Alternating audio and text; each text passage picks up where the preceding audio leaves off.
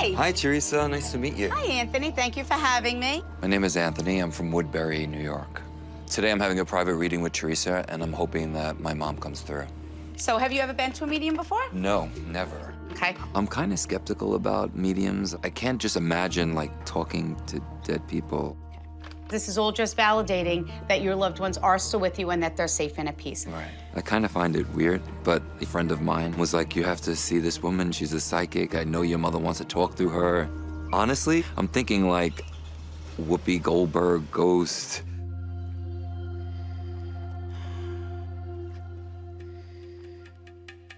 Okay, is your mom departed? Yes. How do you connect with the number 67? Would your My mom was 67 Oh, okay. when she passed. Perfect.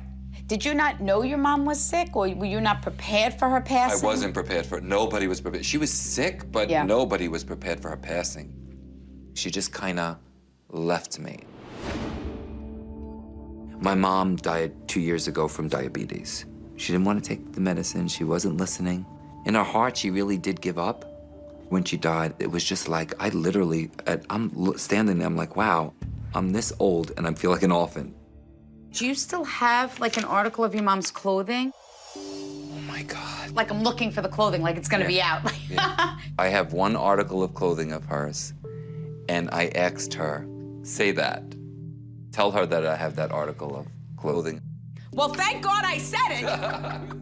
I literally said this morning when I looked at that sweater, if she mentions that I have that one thing, I'll know that you're talking, Ma. Yeah, that's wild. How would this woman ever know this? She wouldn't. That blew me away. Wow. You know when you see a picture and it's like, it's almost like antiqued, where it looks like it's older? Where is the picture of your mom of when she was young? Oh, wow. But I feel like she says, that's my favorite picture. That is so weird. There's one favorite picture I have of my mom. She has this 50s kind of dress on, and she just was like beautiful. Just know that when you do remember her in that way, her soul is with you at that exact moment. Now, she wants to talk about your dad. He's here in the he's here, physical world yeah. because I feel this separation. My father and my mom were divorced when I was 2, and it wasn't like I ever felt like, oh, I need a father, because my mom was such a strong being in my life. Look, Teresa, she says, my son, things weren't always easy for him. And he could have maybe lived his life differently, but you chose. I know she is saying that. Totally saying that is so weird. My mother always used to say, all that I went through growing up, being in a single household and all of that, I could have turned out to be a bad person. And she said, he winded up being so great. My mother used to say that all the time. So she says, I don't want anyone to feel bad, or especially you, that if you feel that you were here, maybe I would have seen that mom wasn't feeling well, or if I made her go to the doctor, or if I would... That's all I say. She says, you need to let go of that, Anthony. She says, this is not your burden nor responsibility to carry. And she actually looked at me with tears in her eyes, and she says, Teresa, she says, how could I let go with this amazing man by my side? Oh. So please know it is your mom's way of releasing you of any responsibility. Does that make sense? Yeah, totally. I feel this sense of peace, knowing truly that my mother is with me. You have an amazingly beautiful gift, Teresa. Thank you. I'm a total believer now. Thank you so You're a much. beautiful person. I will tell you, from the bottom of my heart, that woman is absolutely real. From time to time, I will get a phone call of someone wanting me to do a house cleansing. Sometimes people move into a new home and they just want to make sure that no negative energy was left behind. Hi. How you doing, Marianne? Teresa? Yes. Hi, nice to meet you. Very nice to meet you. My husband, Aiden, and I, we're about to have our first baby, and we just purchased this new home. Oh, your home is beautiful. Thank you.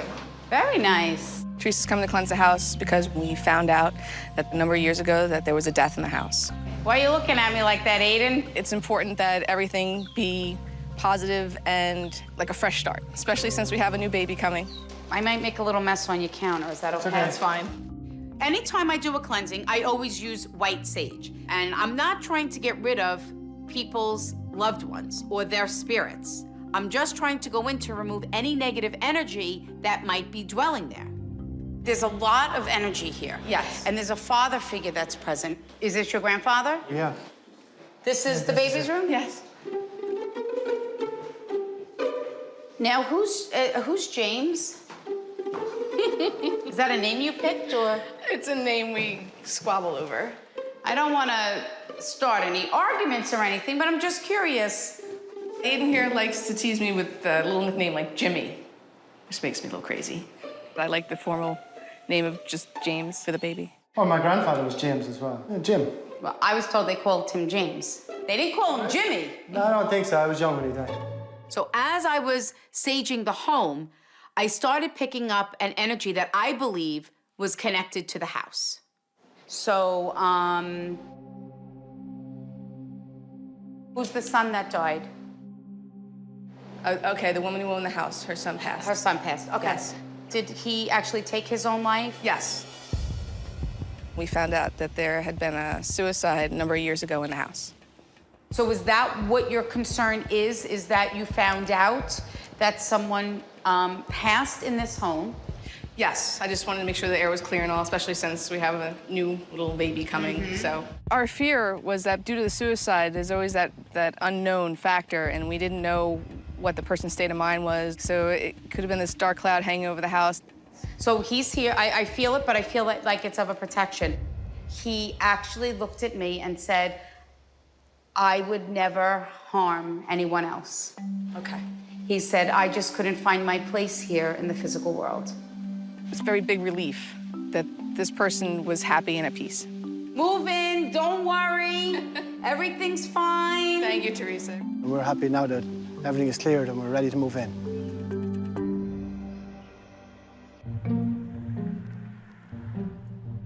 I'm a little nervous about this. My husband has this brilliant idea of helping me conquer my fear of tents. So he wants to set up tents in the backyard. Ooh, is this camping or hunting? Listen, I do a lot of shopping, but it was more like hunting on safari. Is this a taxidermy place? They had all the stuffed heads in there, the mooses, the deer. They got everything in there. I think they've seen better days. I mean, if you're trying to convince me to go camping, this is not the kind of camping store you bring me to. I'm Larry. Nice meeting you, Larry. This is my husband, the We're camper. looking for an elaborate tent. That's the only kind of tent she'll stay in. The bottom line is, I really don't care if people think I'm crazy because I have a fear of going in tents. How many rooms is that? How many rooms? It's a tent. Well, I thought we could get like This rooms. one has a dining room, a living room. There's a one-person tent? That's like a 1 to 2 person tent. This is I- two. Well, why don't you go in and see what it's like? You want me to go in? Oh, my God. See, I'm a big scaredy cat. This is nice. Is there a window in there? Come in. I'm not coming in. Come on, come in Listen, here you're with lucky me. I'm in the camp store. I'm not coming in the tent. Is it a little claustrophobic? Like can you have air? No. Like, how do you breathe? You breathe the same way if you're not in the tent.